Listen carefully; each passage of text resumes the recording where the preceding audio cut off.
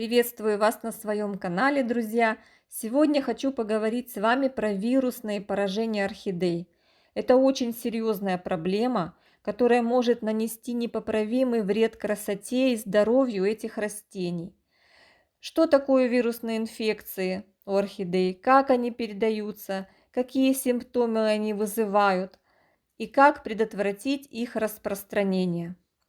Вирусные инфекции у орхидей вызываются вирусами, которые встречаются в природе и могут передаваться с растения на растение через контакт, например, при использовании общих инструментов, при обрезке и пересадке. Эти инфекции могут быть латентными. Что это означает? Это означает, что растение не проявляет симптомы заболевания, но может заразить другие растения. Вирусы могут оставаться в почве и на оборудовании в течение продолжительного времени, поэтому необходимо соблюдать меры предосторожности при работе с орхидеями. Какие симптомы вызывают вирусы у орхидей? Симптомы вирусных инфекций у орхидей могут быть различными в зависимости от типа вируса.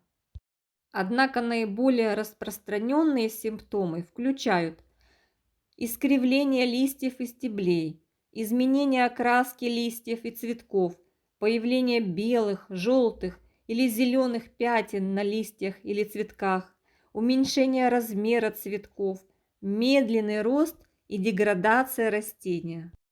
Как предотвратить распространение вирусных инфекций у орхидей? Существует несколько мер, которые можно принять для предотвращения распространения вирусных инфекций у орхидей. Это использование только чистых и дезинфицированных инструментов при обрезке и пересадке орхидей. Избегать использования грунта, неизвестных источников, так как вирусы могут находиться в почве. Не приобретать больные растения и избегать контакта с больными растениями. Ограничить перемещение растений в зоне произрастания их и содержания. К сожалению, если орхидея заразилась вирусом, полностью избавиться от него не всегда возможно. Вирусы орхидей могут быть переданы через пораженные инструменты, растения или насекомых и могут проявляться как пятна, полосы или деформация на листьях или цветках. Если инфекция не слишком распространена, то можно попробовать удалить пораженные части растения, чтобы остановить распространение вируса. Однако это не всегда эффективно, так как вирусы могут оставаться в растениях на длительное время и заражать новые части. Важно заметить, что не все изменения в орхидеях связаны с вирусами. Некоторые изменения могут быть вызваны другими факторами, такими как бактериальные или грибковые инфекции, погодные условия или несбалансированный уход. Если вы подозреваете, что ваша орхидея заражена вирусом, то лучше обратиться к специалисту по выращиванию орхидей, чтобы они могли произвести диагностику и дать рекомендации по лечению и уходу за растением.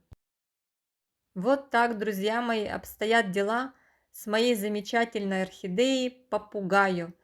И скорее всего, что эта орхидея заражена вирусом, с которым я не могу никак справиться. Все мои попытки, все мои действия, направленные на спасение орхидеи, только усугубляют картину. Поэтому вывод один, вывод напрашивается сам. Пока я хочу удалить пораженные листья, срезать, но вот видите, уже на верхних листах началось поражение. В общем-то, судьба орхидеи, скорее всего, будет печальная, и придется ее уничтожить. Вот, ребята, я срезала листовые пластины, убрала поражение, где могла, вот таким образом ножницами. И все, что у меня осталось от орхидеи, это вот такое вот зрелище. Мне очень жаль орхидею.